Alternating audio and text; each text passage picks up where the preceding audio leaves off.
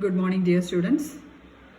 We are moving on to our last session of this spectroscopy, that is the NMR spectroscopy, nuclear magnetic resonance spectroscopy. Nuclear magnetic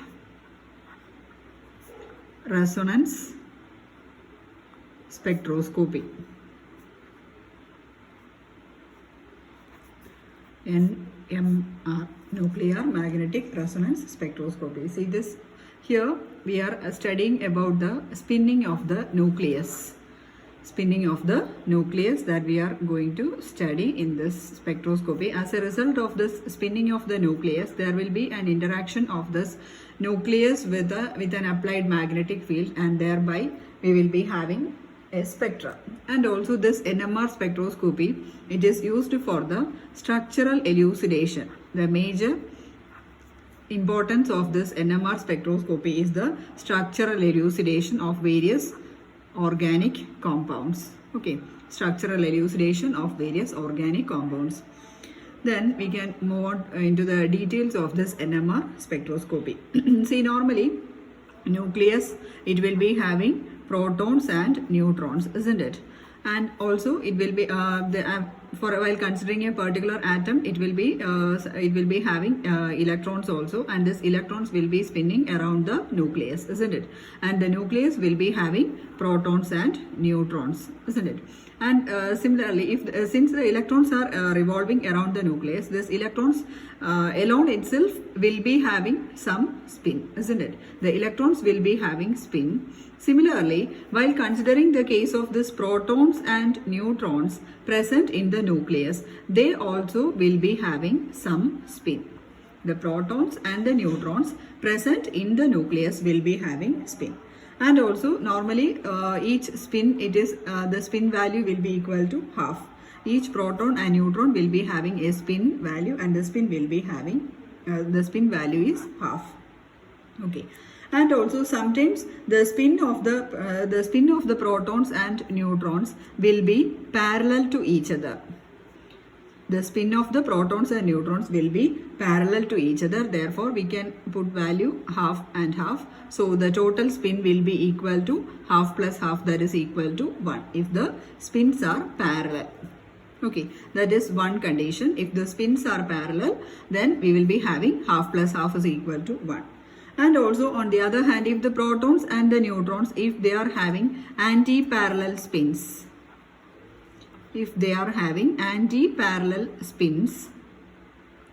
then what is the condition? It will be like this. One spin, both of them will be in the opposite direction, that is they are in anti-parallel directions.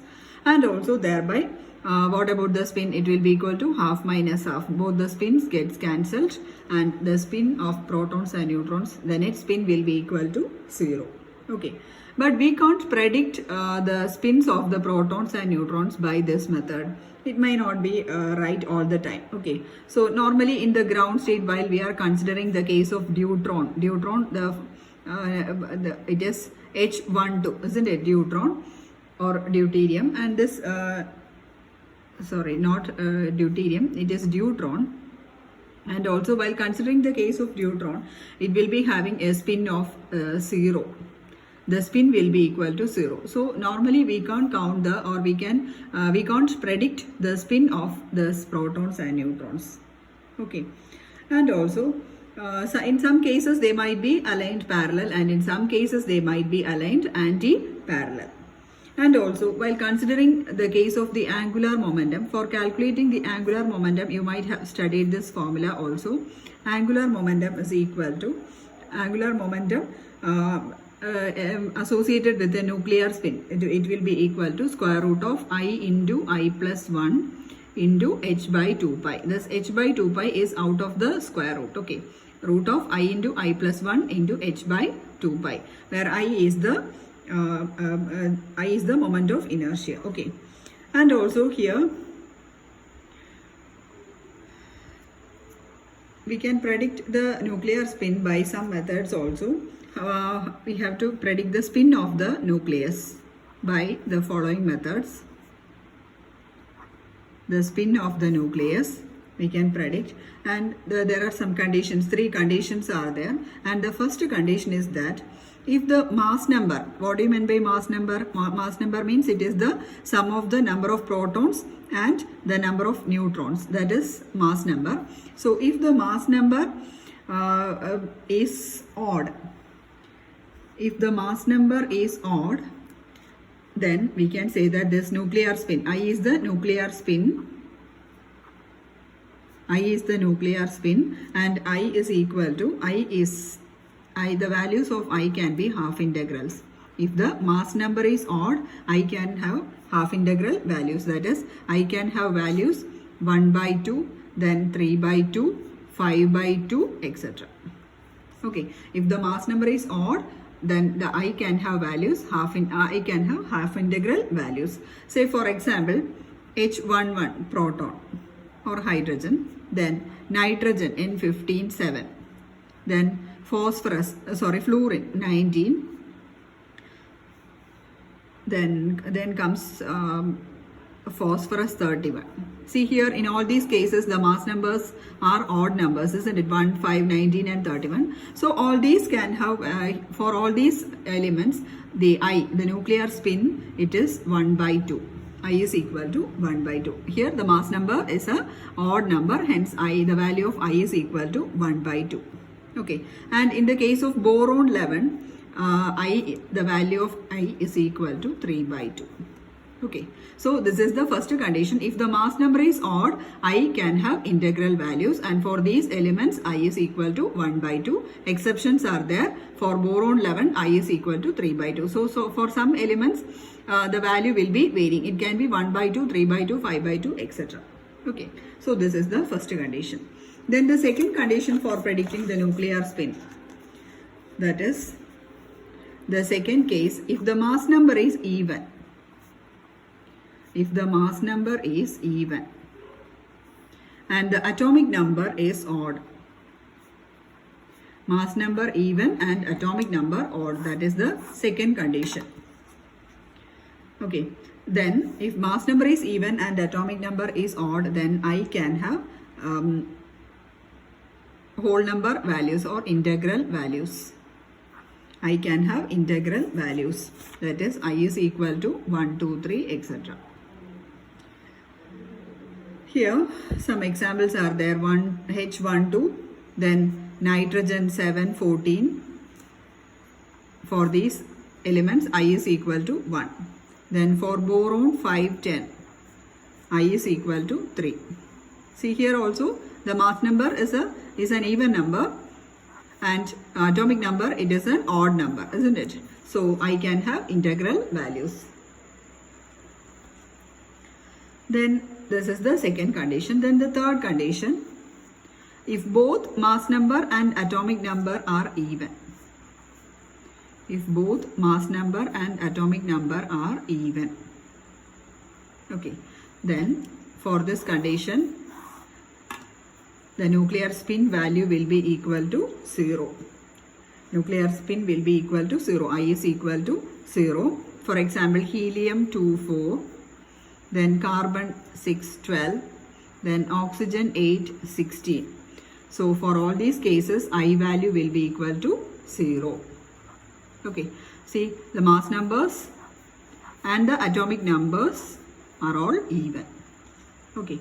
So this is the third condition. So these are the three conditions. In the first case, mass number is odd, then I can have half integral values, and if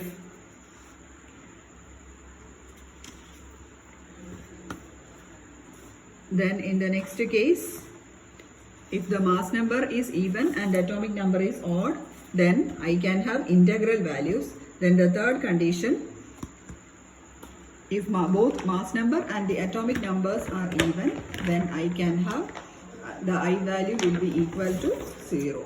Okay. So these are the three conditions for predicting this spin values. Okay.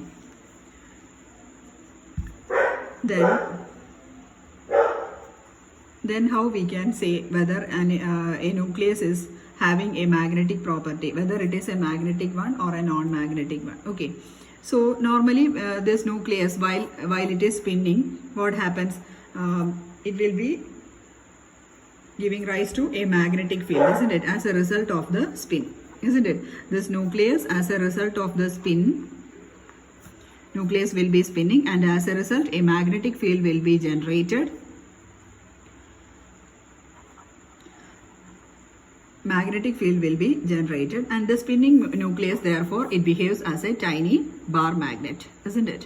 This nucleus will be behaving as a tiny bar magnet, and for nucleus with I value greater than 0 means it will be having some magnetic properties, or it will be having some magnetic moment if I is greater than 0. And if I is equal to 0, that means it will be a non-magnetic material, isn't it? If I is equal to 0, it is a non-magnetic material, and if I is greater than 0, it is having some magnetic properties. Okay, and also see, when this nucleus, when it is having some magnetic moment, the energy of interaction, we can calculate the energy by using this formula. E is equal to minus Gn, then mu n B Z I Z. Energy is equal to minus Gn mu n B Z I Z, where this Gn is called as the nuclear splitting factor. Gn is the nuclear splitting factor. Then mu n is the nuclear magneton.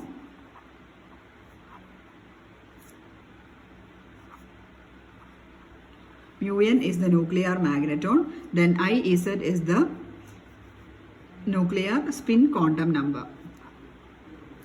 Nuclear spin quantum number.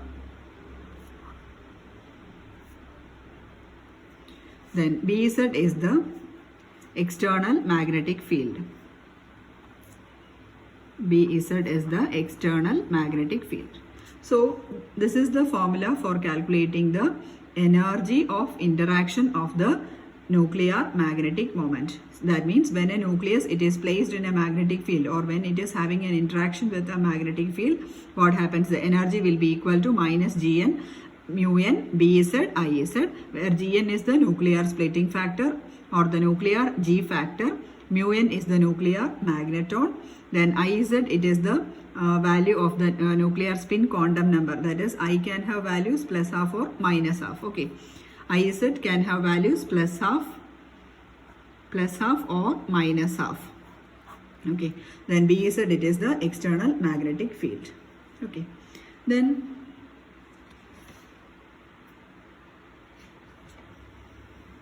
for a proton,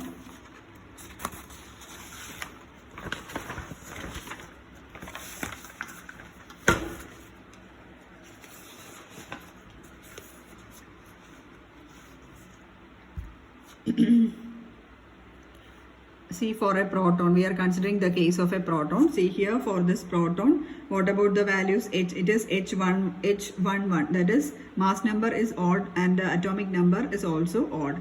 So here the value of I, that is equal to, what about I? I is equal to half, isn't it?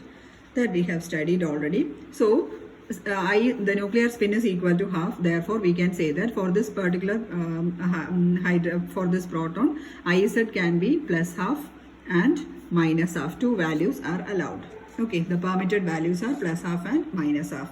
Then we can substitute this value. If Iz is equal to plus half, what about the energy? E is equal to minus Gn mu n Bz Iz, isn't it? E is equal to minus Gn mu n Bz Iz, and then E is equal to plus half, isn't it? So we can substitute for Iz. Iz is equal to plus half. Therefore, it will be equal to minus half into Gn mu n Bz and Iz. Okay, and if Iz is equal to minus half, Iz is equal to minus half, then you have to substitute for Iz is equal to minus half.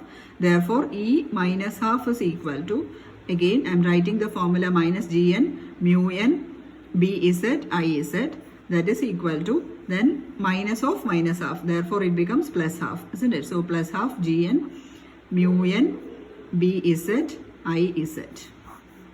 Okay, so we got two values for Ez, isn't it?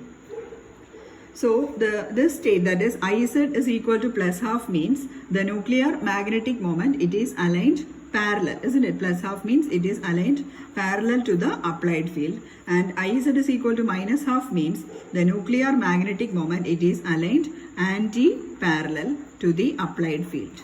Okay, Iz is equal to plus half means it is aligned parallel to the applied field, and Iz is equal to minus half means it is aligned or it is arranged anti-parallel to the applied field. And also this Iz is equal to minus half, it is a high energy state.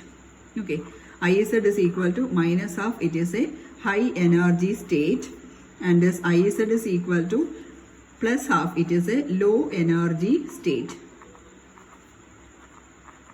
This is a low energy state. The value is minus half, isn't it? Here it is a plus 1, so it is high energy state. Okay. So then we can represent this splitting of this nuclear magnetic levels, okay, of this particular proton. So first of all, if there is no magnetic field, or if there is no applied magnetic field, so I can have two values, plus half and minus half. Therefore, if no magnetic field is applied, then we can say that this Bz will be equal to 0. That means there is no applied field. Okay. Then if we are applying some magnetic field, then what happens is that the degeneracy of this particular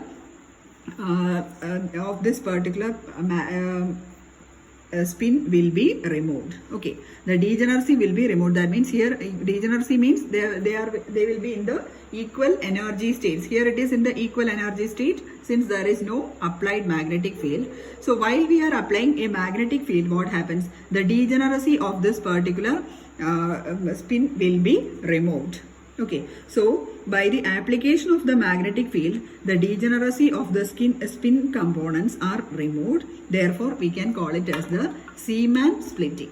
Okay, so I will be drawing this splitting. See here there is no magnetic field. So while applying magnetic field, we will be having, it will be resolved into two components, or the degeneracy will be removed and it is moved to, or it is splitted to two components. Okay.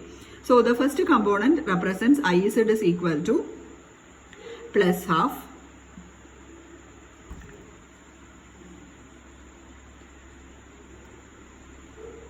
Iz is equal to plus half, and the second component is Iz is equal to minus half. Okay, so Iz is equal to plus half means the energy is equal to, E is equal to how much? Iz is equal to plus half means the energy will be equal to minus half Gn mu n Bz Iz. Minus half Gn mu n Bz Iz, and if Iz is equal to minus half, the energy will be equal to, E will be equal to half Gn mu n Bz and Iz. Okay, so this is E minus half and this is E plus half. Okay, so here by the application of the magnetic field, the degeneracy is removed and the two components arises, isn't it? Iz is equal to plus half and Iz is equal to minus half. Therefore, the removal of the degeneracy of the spin components, removal of the degeneracy means they are equal energy states, degeneracy of the spin components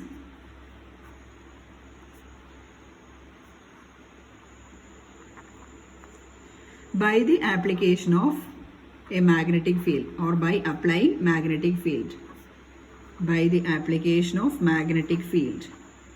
What is that phenomenon? This phenomenon, it is very important. It is called as the Zeeman splitting. Zeeman splitting. Okay, so this is Zeeman splitting. It is very, very important. Removal of the degeneracy of the spin component. See here, it is splitted into two components. Iz is equal to plus half and Iz is equal to minus half. And therefore, we can calculate the delta E for both these. Delta E is equal to E minus half minus E plus half. Okay, what is the value of E minus half?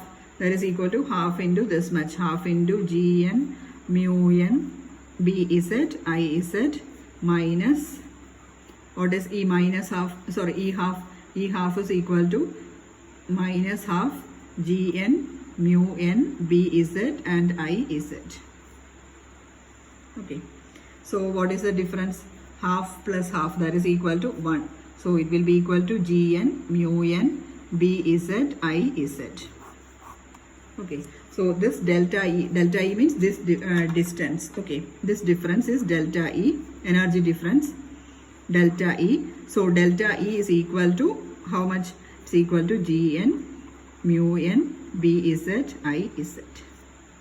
Hope you are clear with this Siemens splitting. So this is the splitting of the nuclear energy levels of a proton in a magnetic field. Okay. So here we are considering the case of a proton, where I is equal to half.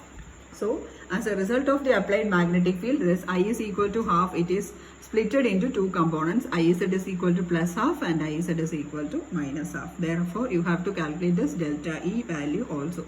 So if a Siemens splitting is asked for a 4-mark question, you have to write all these things. Okay. Then, so we got this delta E value, and then normally what is delta E? What is energy? Energy E is equal to h nu, or delta E is equal to h nu. Okay. So here what is delta E? Delta E is Gn mu n Bz Iz. Okay. So nu is equal to delta E by h. So that will be equal to Gn mu n Bz. Sorry, no, Iz is there, isn't it? Iz components are not there. Iz, we are substituting the value. Okay. So here no Iz, sorry. Iz value we have substituted here also. Okay. Please remove that term Iz. Okay, since we are substituting the value for Iz. Okay.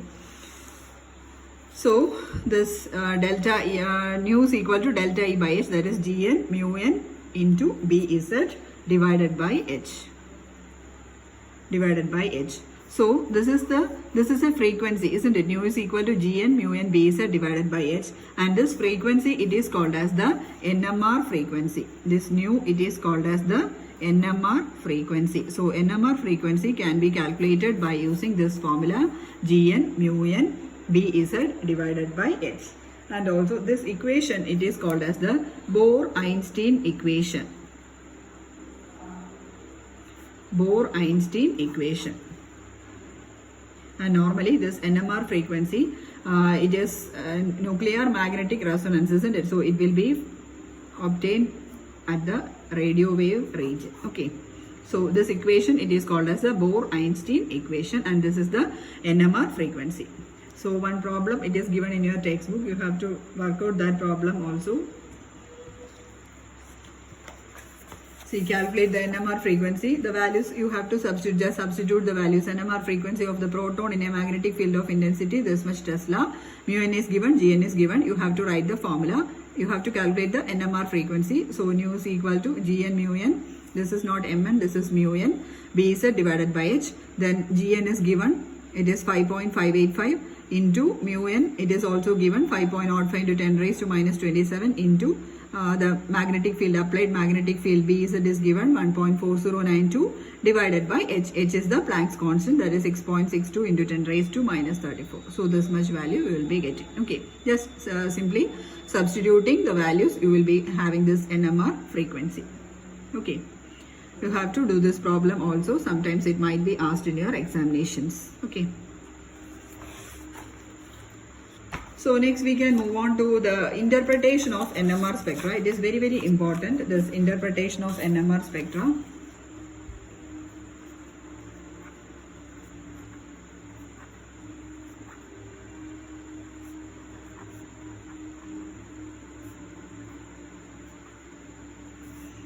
Interpretation of NMR spectra. See here.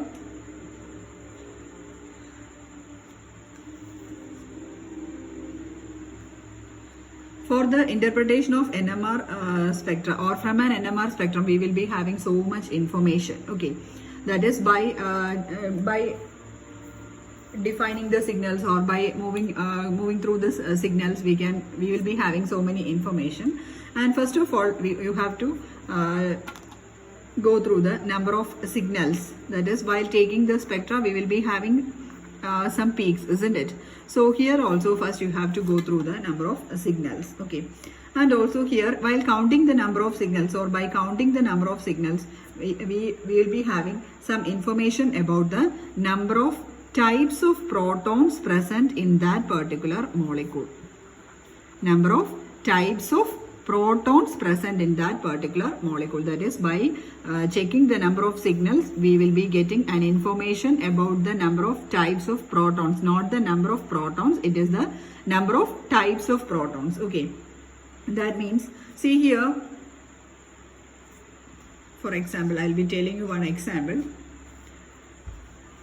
For this particular compound, CH3, CH2OH. See here, in this case, how many number of types of protons, or how many equivalent protons and how many non-equivalent protons are there? Okay, see here, in this case, CH3. This carbon, it has got 3 protons, and this carbon, it is having 2 protons, and this OH, it is having 1 proton. Okay, so in this case, this particular compound, that is, this is ethyl alcohol. So this particular compound, it will be having 3 different types of protons. That means these 3 different protons are at different environments. Okay, here 3 different protons are there. That means 3 different protons means they are not equivalent. See, for this case, CH3, this 3 hydrogens are nearby to this carbon atom with 2 hydrogens, isn't it? So the environment for this proton, it is entirely different from the environment of this CH2 group, isn't it? That means this CH2 group, it is surrounded by one CH3 group and one OH group. So again, the environment of this CH2 group is again different. Okay. Then while considering the case of this OH group, it is its environment, that means it is nearby with that of this methylene group or CH2 group. Again, the environment of this OH is again different. So protons with different environments are there, and also protons with same environments are there for some other compounds. Okay, so here all these protons are at different environments. Okay, so if the protons with same environments are present, protons with same environment means they will be absorbing radiations at the same applied field strength. Okay, they will be absorbing at the same field strength.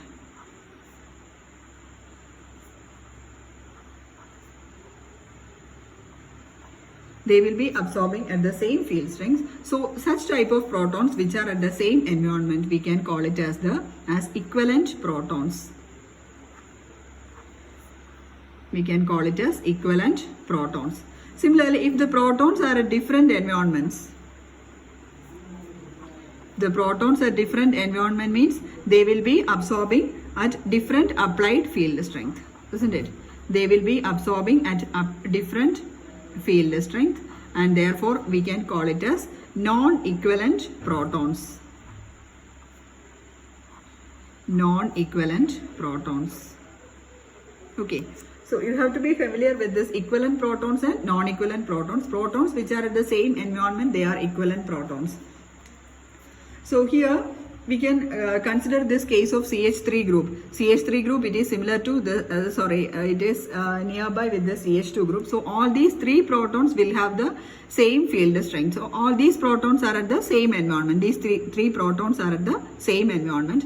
But while considering these protons, that is CH2 group, it is near to the CH3 as well as OH. That means it will be having an entirely different environment.